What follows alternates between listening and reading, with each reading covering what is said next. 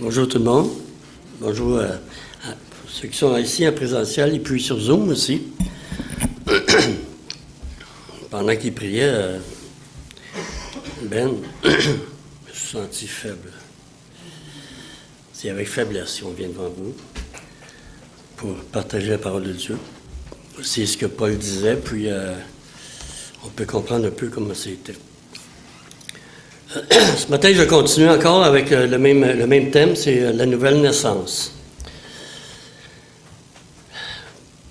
Le titre, c'est « Passer de la mort à la vie » dans Éphésiens, chapitre 2. On peut lire les 5 premiers versets.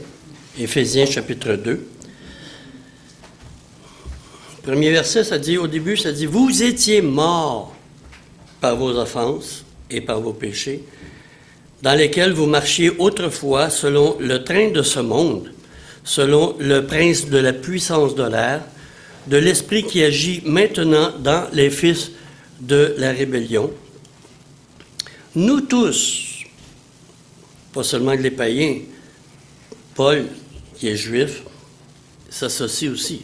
Nous tous aussi, nous étions de leur nombre, et nous vivions autrefois selon les convoitises de notre chair, accomplissant la volonté de la chair et de nos pensées, et nous étions par nature des enfants de colère comme les autres. Mais Dieu, qui est riche en miséricorde, à cause du grand amour dont il nous a aimés, nous qui étions morts par nos offenses, nous a rendus à la vie avec Christ. C'est par grâce que vous êtes sauvés.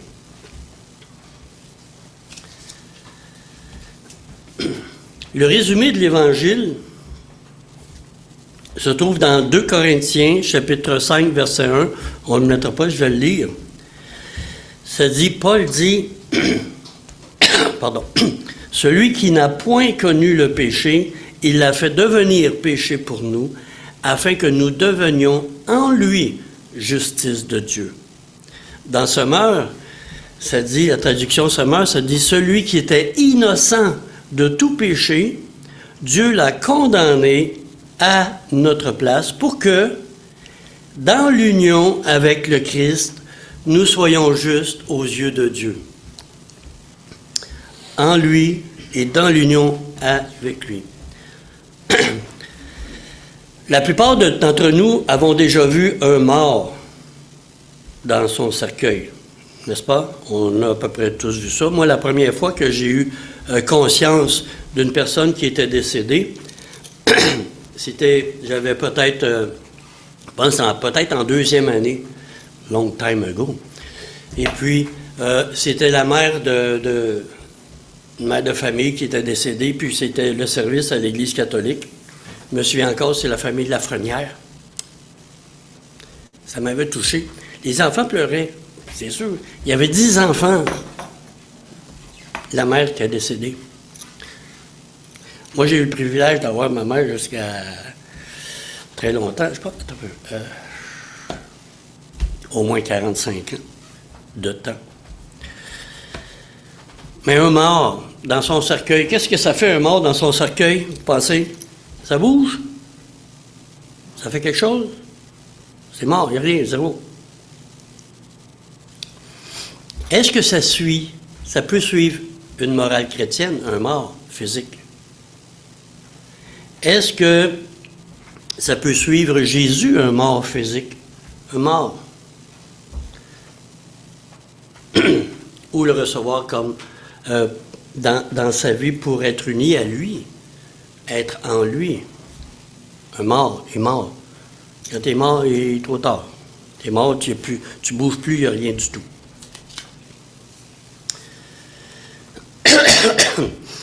La Bible nous dit que, bon, être chrétien dans les Écritures, dans le Nouveau Testament, c'est seulement 3 fois que les gens sont nommés chrétiens. C'est une fois ou quelque chose comme ça, mais une fois, c'est dans Acte 26 où Paul est en train de parler avec quelqu'un de très important, puis cette personne-là lui répond, j'ai oublié son nom, Tu vas bientôt me convaincre de devenir chrétien. Il y a aussi 1 Pierre 4,16 qui dit, si vous souffrez comme chrétien, c'est correct, c'est bon. Puis Acte 11, 26, c'est à Antioche que pour la première fois, les disciples furent appelés chrétiens. 3 fois dans le Nouveau Testament. Par contre, tandis que être en Christ et ses variantes s'y retrouvent plus que 80 fois. Qu'est-ce qui est plus important? Être chrétien ou être en Christ? Il y a une grande différence. Parce que des chrétiens sur la planète, à l'heure actuelle, il y en a des milliards, probablement, de toutes catégories, de toutes religions. Il y a des chrétiens qui se nomment chrétiens. On a entendu, moi, quand il n'y a pas longtemps, il y en a qui se faisaient décapiter, là. Je me disais, pauvre, c'est pas des vrais chrétiens. C'est des chrétiens religieux qui viennent d'une religion chrétienne. Mais être en Christ, c'est totalement différent. C'est vraiment pas pareil. Donc, la nouvelle naissance est la clé de voûte de l'Évangile. Est-ce que c'est affiché ici? J'ai pris une image. Est-ce qu'elle est là? Vous voyez la clé de voûte? Vous savez qu'est-ce que c'est la clé de voûte? C'est ce qui se trouve dans le milieu, qui est comme un peu en relief. Ça, c'est la clé de voûte. Si tu l'enlèves, tout s'écoule. Mais la nouvelle naissance, c'est exactement la même chose. C'est le fondement de la vie chrétienne. Tu peux être chrétien, tu peux dire « oh, je suis Jésus », tu peux avoir une certaine morale, puis être rien, être mort encore. La clé de voûte, la nouvelle naissance, c'est le point de départ. Je rappelle encore, je le répète, mais je crois fermement qu'il est bon de le faire et de nous amener à nous examiner soi-même, comme l'a écrit Paul. Paul, dans 2 Corinthiens 13, 5, écrit « Examinez-vous vous-même pour savoir si vous êtes dans la foi. Éprouvez-vous vous-même. Ne reconnaissez-vous pas que Christ est en vous? » C'est la nouvelle naissance. Christ en moi, moi en lui, uni avec lui. Es-tu en Christ? Es-tu uni en Christ, avec Christ? Ou tu fais seulement partie d'un groupe religieux ou des gens qui sont super gentils, qui sont bons les uns envers les autres, mais ce n'est pas suffisant. Alors, ce que je veux nous amener aujourd'hui, c'est à voir qu'est-ce que la mort spirituelle et la vie spirituelle, la différence entre les deux. La mort physique, c'est totalement différent. Ce que Paul enseigne dans Éphésiens 2, les 10 premiers ou les 5 premiers versets, c'est la mort spirituelle, mort spirituellement. Alors, on va voir la première partie, c'est qu'est-ce que l'homme? C'est quoi l'homme? L'homme, il est quoi? L'homme, c'est un être tripartite. D'accord? Tripartite. Ce que la Bible nous enseigne là-dessus, c'est que dans 1 Thessaloniciens 5, 22, Paul dit que tout votre être, votre esprit, votre âme et votre corps soient gardés irréprochables pour le jour de Christ. C'est ce qu'il dit. Mais attention, l'homme n'est pas une trinité. J'ai déjà entendu ça, l'homme est une trinité. L'homme n'est pas une trinité, il est tripartite. Il y a 3 parties en lui. La trinité, c'est seulement Dieu, le Dieu trine en théologie qu'on appelle Père, Fils et Saint-Esprit. Triunité, c'est pas 3 dieux, mais c'est un seul Dieu en 3 personnes qui sont unies ensemble. Bon.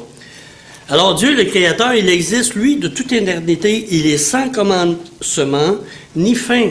Tandis que l'homme est une création, nous avons été créés, et il a un commencement et une date de péremption. Hein? Un commencement, une fin, bien sûr. Alors, l'homme est fait composé d'esprit, d'un âme et d'un corps. L'esprit, Dieu l'a donné en Adam le souffle de vie, et il est devenu une âme vivante. Alors, l'esprit a été donné pour communiquer avec Dieu, être en relation avec lui. L'esprit de l'homme, par contre, retourne à Dieu à la mort physique. Il retourne à Dieu. Maintenant, à cause de la chute, il n'y a plus de relation, il n'y a plus de communion. L'esprit est spirituellement, l'homme est spirituellement mort. C'est ce que la Bible enseigne. La deuxième partie, c'est l'âme. On a tous une âme.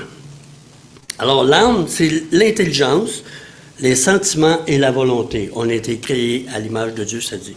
Alors, l'âme, c'est l'intermédiaire entre deux, c'est-à-dire entre l'esprit et le corps. Le corps, c'est la relation avec le monde extérieur, avec ses cinq sens, la vue, le goûter, l'odorat, le toucher et l'ouïe. Le corps, par contre, retourne à la poussière. L'esprit retourne à Dieu, le corps à la poussière.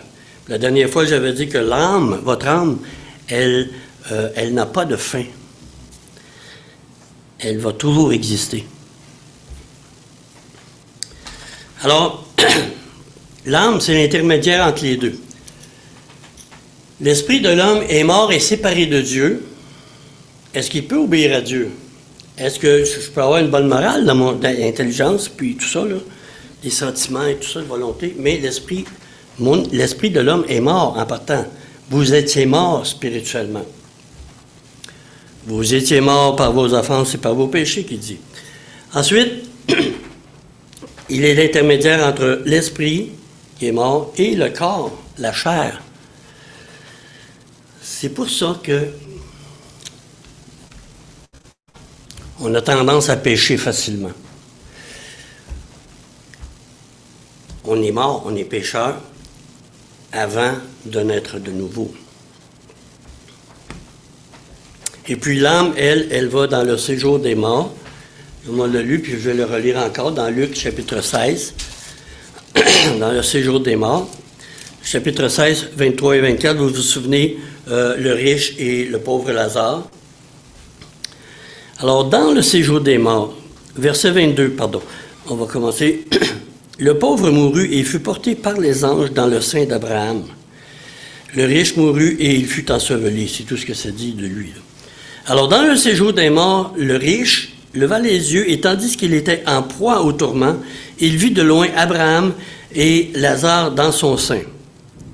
Il s'écria, « Père Abraham, aie pitié de moi et envoie Lazare pour qu'il trempe le bout de son doigt dans l'eau et me rafraîchisse la langue car je souffre cruellement dans cette flamme. »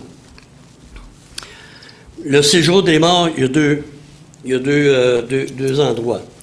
Il y a dans le sein d'Abraham ou dans l'attente du jugement donné. Dans le sein d'Abraham, c'est tous ceux qui ont cru à la parole de Dieu. Abraham, qu'est-ce qu'il a fait? Il a cru Dieu et ça lui a donné à compte la justice. Il a été justifié à cause de ça. Alors, l'âme, elle, c'est soit attirée par l'esprit, ou il est mort l'esprit, les gens partant, donc c'est le corps. Donc il pêche continuellement, puis il est séparé de Dieu. Alors, il va à la mort, soit si tu as mis ta foi en Christ dans le séjour des morts en attendant la résurrection de ton corps, ou bien tu vas dans l'autre partie, où est Lazare, où est le riche, c'est dans l'attente du jugement, le trône blanc.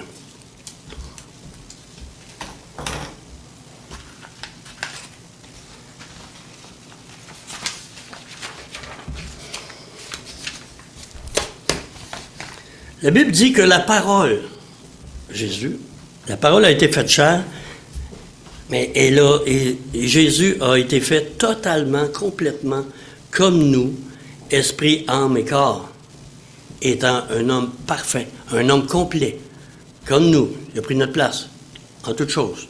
Il a été fait chair pour nous. Et en même temps, il était 100% Dieu, en relation constante. J'ai partagé mercredi. Je pense que ça a peut-être laissé quelques-uns perplexes, que ben, je l'avais trouvé, c'est Arnold Fruchtenbaum qui en parlait de ça.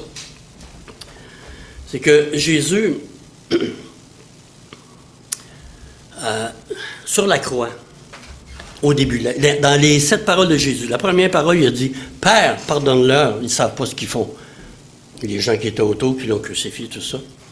Ensuite, un peu plus loin, il dit « Mon Dieu, pourquoi m'as-tu abandonné? » Puis la troisième parole, il revient « Père, je remets mon esprit entre tes mains. » Oui, il y a une différence entre les trois. Père, pardonne-leur. Mon Dieu, pourquoi m'as-tu abandonné? Et Père, je remets mon esprit entre tes mains. C'est que Jésus, il a souffert non seulement physiquement, non, merci, j'en ai un. Il a pas seulement souffert physiquement, on l'a vu tantôt ce matin en rentrant, tout ce qu'il a souffert physique, mais il a vécu aussi, il a souffert la séparation d'avec Dieu. Qu'est-ce que c'est être séparé de Dieu? C'est être mort spirituellement.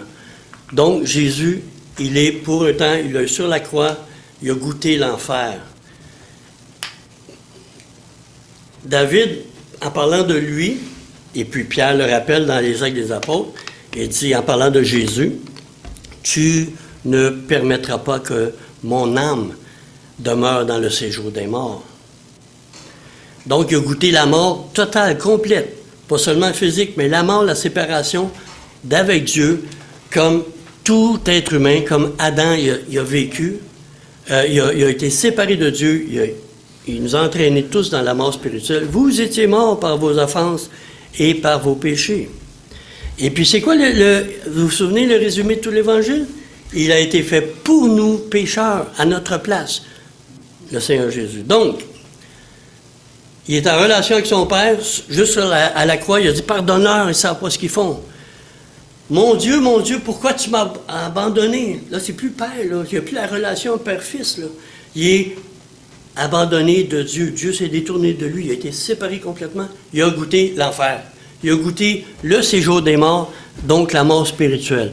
Puis, sur la croix, avant que son corps meure complètement, il a eu comme un regain. Il est revenu à la vie spirituelle. Père, je me remets mon esprit entre tes mains. C'est ce qu'il avait, tout le monde avait expliqué un petit peu, et puis que j'ai tenté d'expliquer l'autre fois.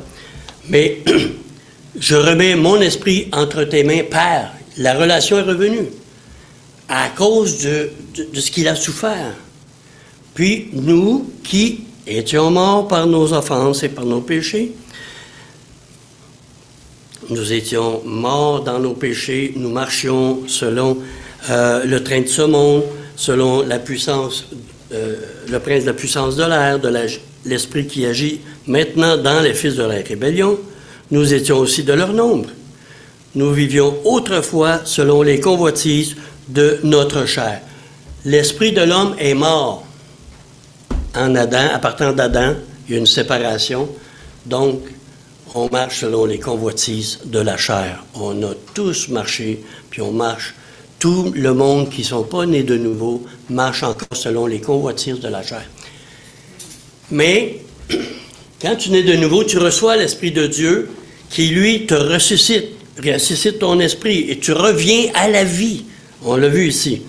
Il nous a nous qui étions morts, mais Dieu qui est riche en miséricorde à cause du grand amour dont il nous a aimés, car Dieu a tant aimé le monde qu'il a donné son Fils unique afin que quiconque croit en lui ne périsse point, c'est-à-dire pour l'éternité, son âme dans les temps de feu et de soufre, mais ait la vie éternelle avec lui. Nous étions morts par nos offenses, mais Dieu nous a rendus à la vie avec Christ.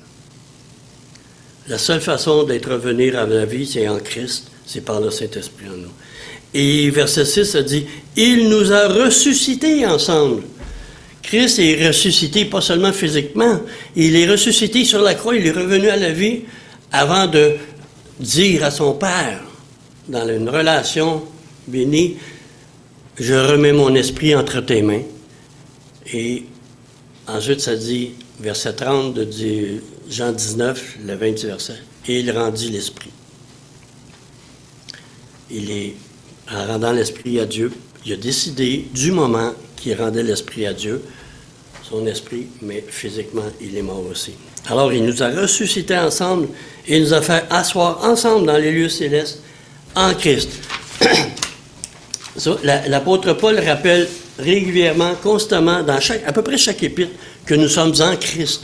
Le croyant, il est en Christ, il est uni à lui. En Christ Jésus, ou en lui, ou en Jésus-Christ, c'est la même chose, il y a plus de 80 fois. Paul dit dans 2 Corinthiens 12, 2, on ne le mettra pas, on va juste le dire, il dit, à un moment donné, il dit, je connais un homme en Christ qui est monté au 3e ciel. Est-ce qu'il était dans son corps ou sans son corps? C'est pas important. Mais il dit, je le connais un homme en Christ.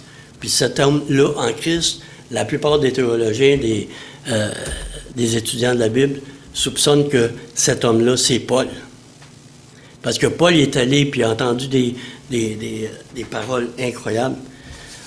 Fait que c'est toujours être en Christ. C'est la nouvelle naissance, c'est par rapport à ça. Maintenant, la mort spirituelle. Je vais juste lire quelques versets.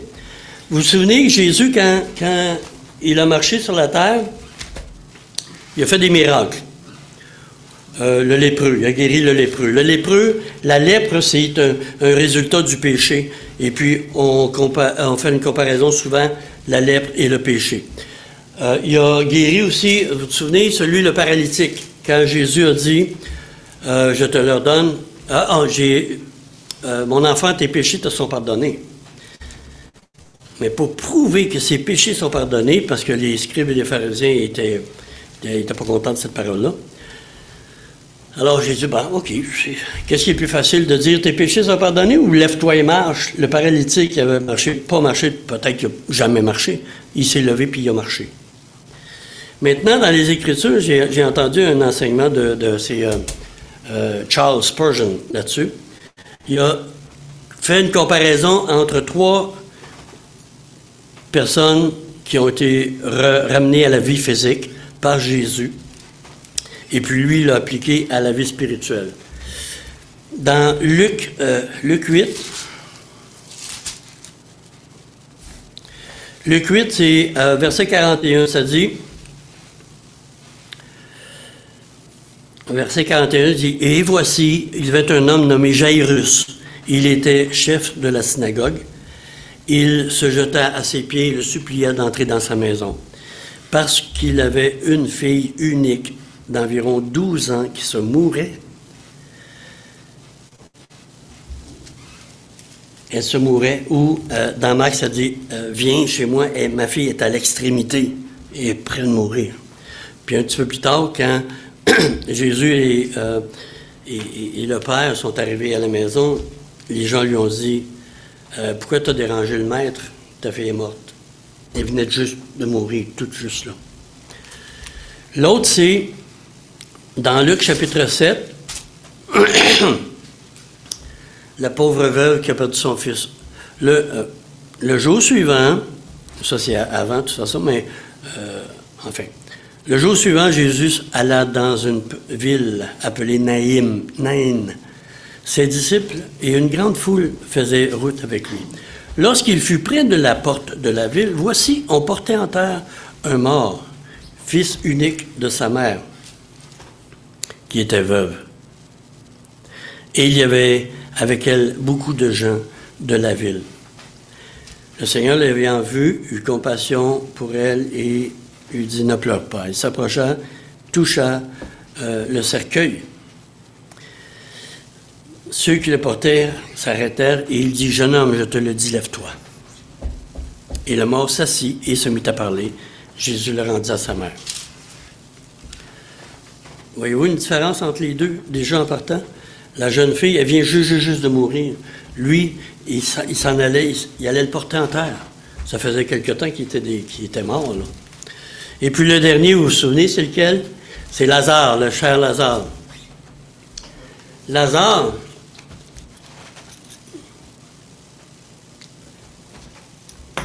Marie a dit, Jésus a dit, ôtez la pierre. Hein? Marie, ou Marthe, Marie, Il a dit, hey, il sent mauvais. Ça fait 4 jours qu'il est mort. Il n'est plus. Puis tout commence à décomposer. C'est quoi la différence? Lequel des 3 est le plus mort? Hein? Les 3 sont morts. Fait en mettant ça spirituellement, on est tous morts en partant. Le péché est entré dans notre vie. On se laisse emporter, comme dans Éphésiens, par le monde, par notre chair, tout ça. Bon. Mais la jeune fille, elle, est encore jeune. Elle n'a peut-être pas beaucoup péché. Hein? Le deuxième, lui, il a peut-être un petit peu plus péché. Ils s'en vont le mettre en terre. Puis le troisième, il est dépravé totalement. Il a fait tout ce qu'il pouvait faire pour être toutes sortes de péchés, là. Il est en train de pourrir debout même. Mais Jésus, tous les 3, physiquement, il les a ramenés à la vie.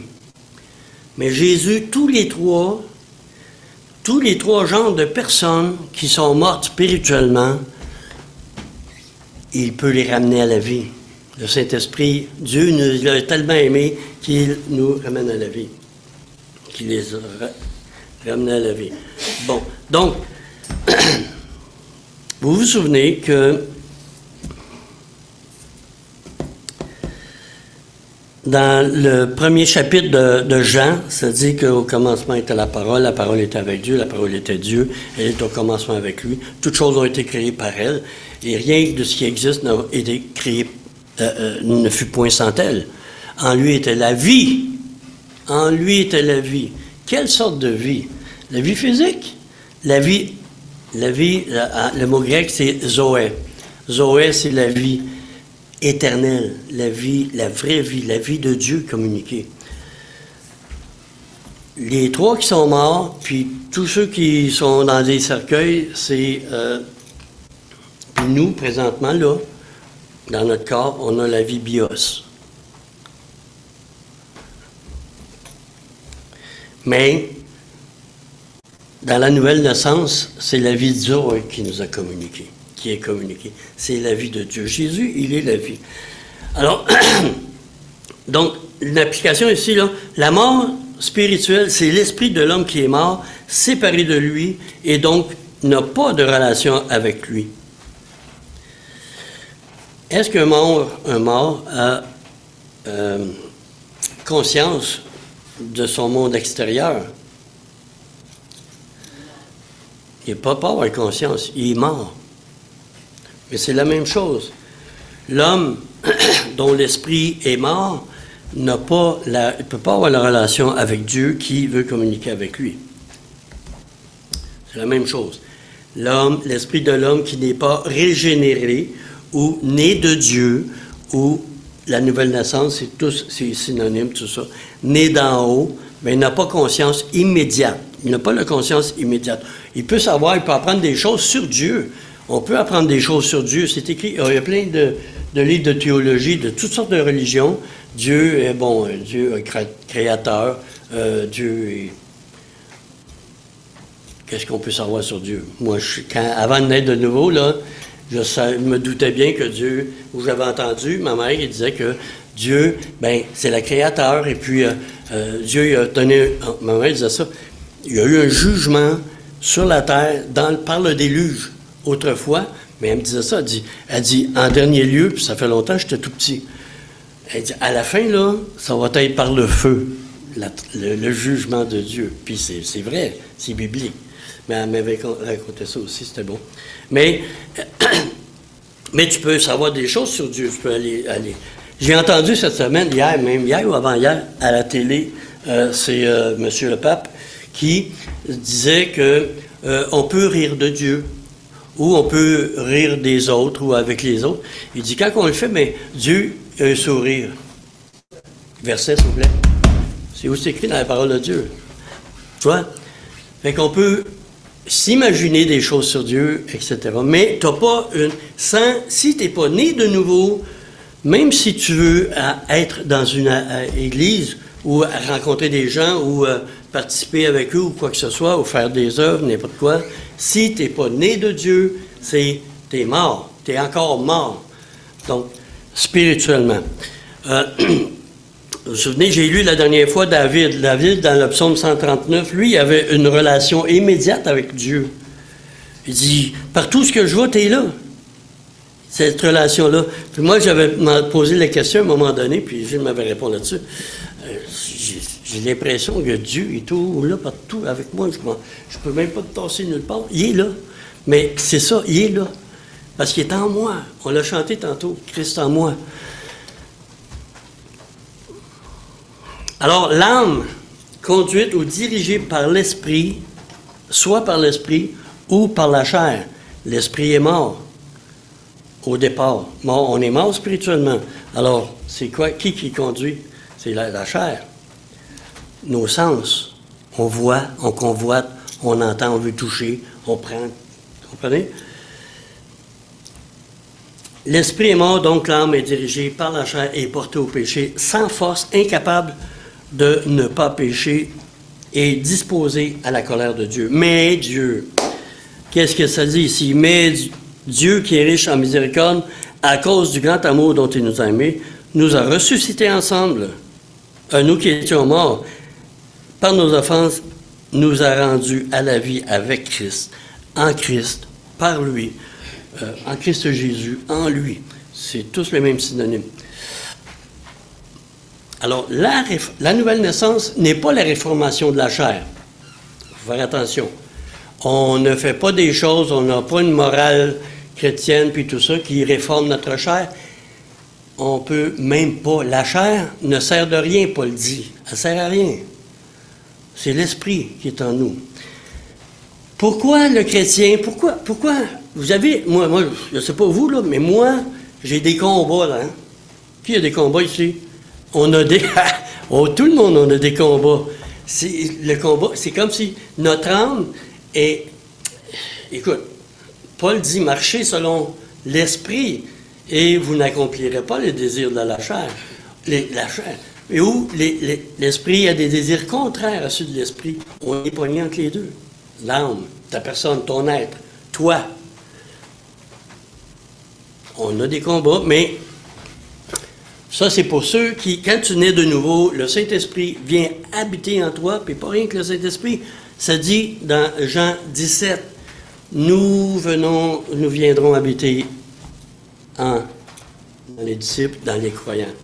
Dieu le Père, Dieu le Fils et Dieu le Saint-Esprit. Par contre, attention, j'ai entendu, il y a toutes sortes de faussetés là, sur les internets. Là. Il y en a qui prêchent que je suis Dieu. On est des dieux. Mais non, on n'est pas des dieux, on est des créatures. Puis même plus que ça. En Christ, on est une nouvelle création. Les choses anciennes sont passées. Mais on n'est pas des dieux. Dieu lui-même, dans sa grâce, il vient habiter en nous. Alors, on a des conflits entre nous, en nous. C'est Dieu qui va me conduire ou c'est ma chair qui va me conduire? Lequel, bon, c'est comme une histoire d'Indien. Il y a deux loups, deux cages différentes. Il y en a un qui est bien nourri, puis l'autre, ben pas du tout. C'est lequel qui est le plus méchant? C'est celui qui a faim, hein? Mais celui qui est plus nourri est plus docile. Fait que c'est ça, c'est exactement la même chose. Lequel je vais nourrir le plus? Moi, est-ce que c'est l'homme nouveau, créé en Jésus-Christ, ou je vais vivre n'importe comment, j'ai mon salut dans ma poche, on marche quand même encore. Il y a une grosse différence, énorme différence, et puis c'est pas très drôle. Je vais juste terminer ici avec... Je vais rester là-dessus aussi. Il nous a ressuscités ensemble et il nous a fait asseoir ensemble dans les lieux célestes en Christ.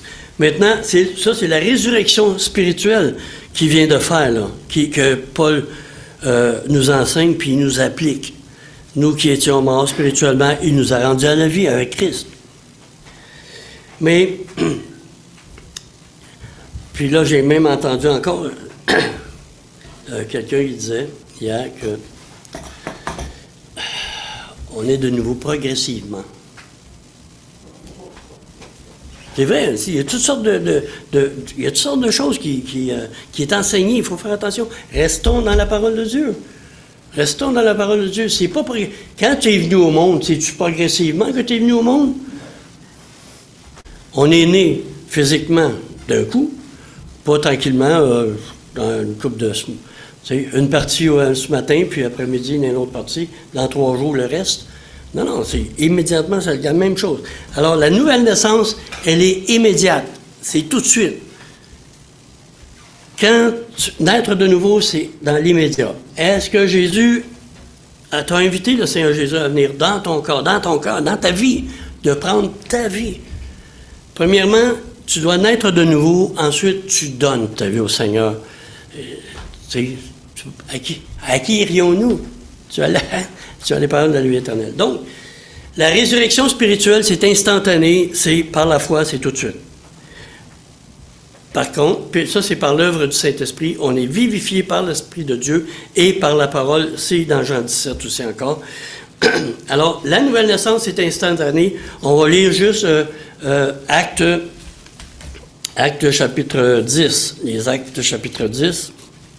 Ici. Acte 10. Vous vous souvenez, c'est... comment il s'appelait, lui? Corneille. 34 à 48. On va faire rapidement. Je vais mettre ça ici.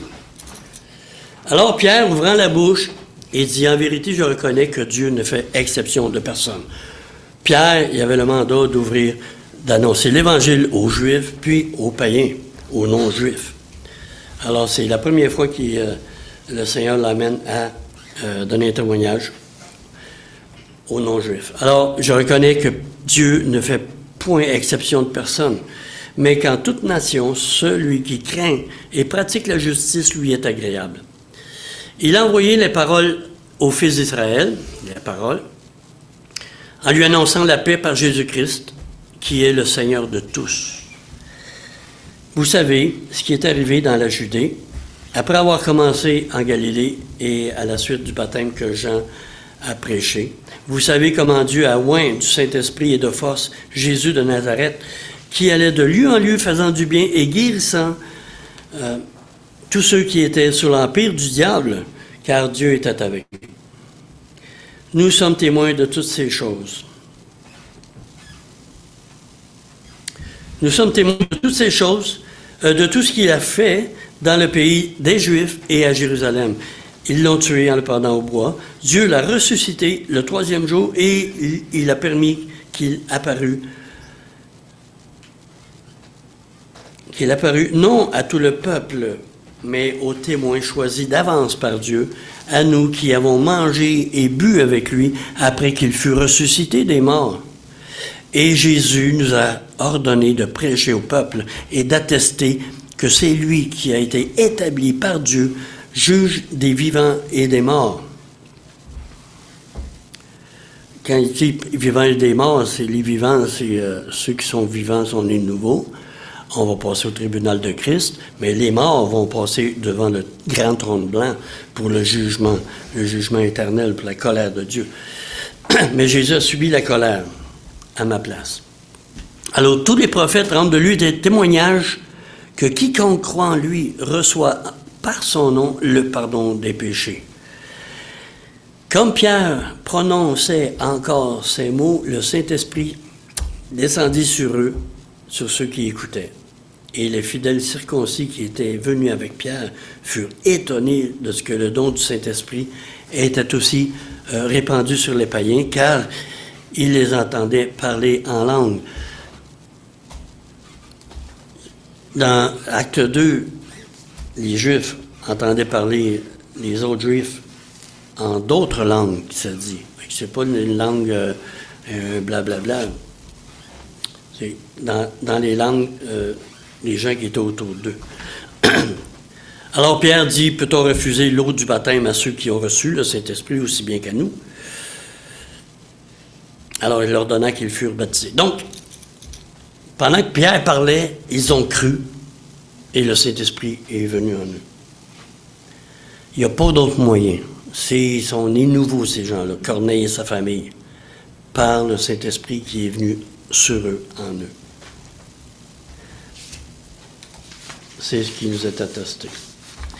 Maintenant, il y a une différence aussi, ensuite, entre la nouvelle naissance, la naissance spirituelle ou la résurrection spirituelle qui est instantanée, et puis la maturité du chrétien qui est en progression par contre. Je ne le lirai pas, mais vous lirez chez vous 1 Jean, chapitre 2, versets 12 à 14, où il parle petits-enfants, pères, et puis jeunes gens. Il parle de maturité. Ils ont connu le Seigneur et ils ont avancé avec lui. Alors, pour terminer, Jésus dit que, la vie éternelle, c'est qu'ils te connaissent, toi, le seul vrai Dieu, et celui que tu as envoyé, Jésus-Christ. Connaître Dieu, c'est pas savoir des choses sur lui, c'est être en relation, avoir une relation avec lui. C'est le sens du mot connaître dans les Écritures, avoir une relation. Alors, est-ce que tu as une relation avec le Seigneur, ou tu sais seulement que des choses, ou tu es bien ici, dans un endroit où c'est calme, on est en la paix, on chante des cantiques, on partage des choses.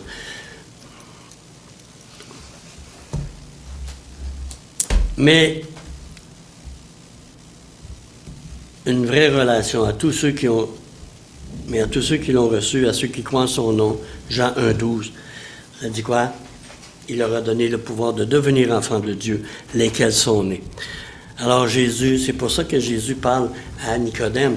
Il dit, en vérité, je te le dis, si un homme ne naît de nouveau, il ne peut voir le royaume de Dieu. Un homme ou une femme, naître de nouveau. Comment on naître de nouveau? Juste un exemple ici, là. Un homme étranger voulait devenir président d'une république, une telle. Mettons la France. Bon, pas la France, mais mettons, moi, je m'en vais dans un pays, mettons, en Thaïlande. Je dis, bon, hey, je voudrais être président de la Thaïlande, c'est ça. Bon, OK. Est-ce que tu es né en Thaïlande? Non, je ne suis pas né en Thaïlande, mais je peux apprendre la langue. Je peux faire, pareil comme eux, ils font, là, les Thaïlandais. Mais ça ne suffit pas. C'est exactement la même chose. Tu peux être dans une religion, tu peux être dans un groupe chrétien, mais si tu n'es pas né de nouveau, né de Dieu, né d'en haut, c'est une religion vaine et tu vas mourir dans tes péchés. Juste terminer ici par la prière.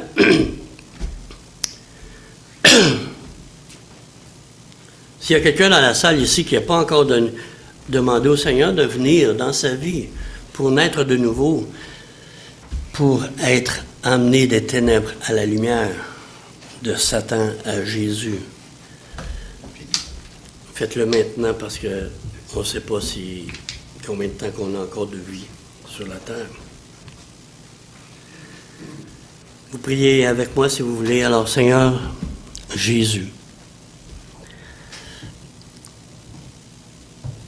moi, je suis né personnellement moi-même dans une religion jusqu'à qui était morte, vaine.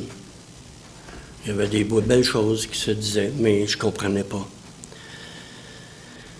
Même ici, des fois, je ne comprends pas tout, la parole de Dieu, mais Seigneur, tu m'enseignes, tu me dis que être uni à Jésus-Christ, c'est de recevoir sa vie, une vie de résurrection pour l'éternité, d'être avec toi.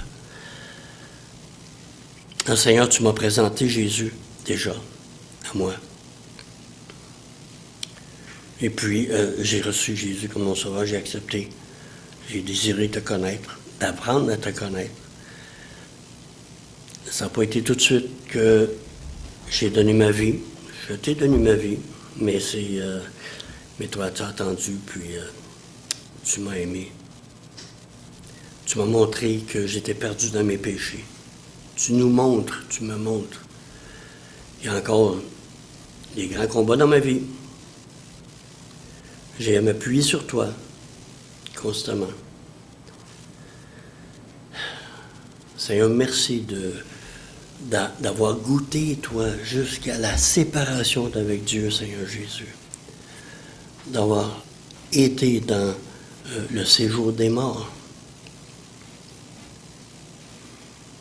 Dans l'endroit où tous vont être jugés et condamnés. Toi, tu as pris ma condamnation à ma place. Tu as payé le prix complet, total. Et tu es revenu à la vie. La vie en communion, en relation avec ton Père. Puis c'est cette relation que tu nous offres, que tu m'offres à moi. Merci pour ta grâce. Merci pour ton amour. Merci pour tout. Tu es le Seigneur de tout. Tu es mon Seigneur à moi aussi. Alors sois béni éternellement en Jésus Père, Fils et Saint-Esprit. Merci d'avoir donné ton Esprit Saint pour naître de nouveau, pour être en communion avec le Père, avec le Fils, par le Saint-Esprit. Gloire à toi, Seigneur. Amen.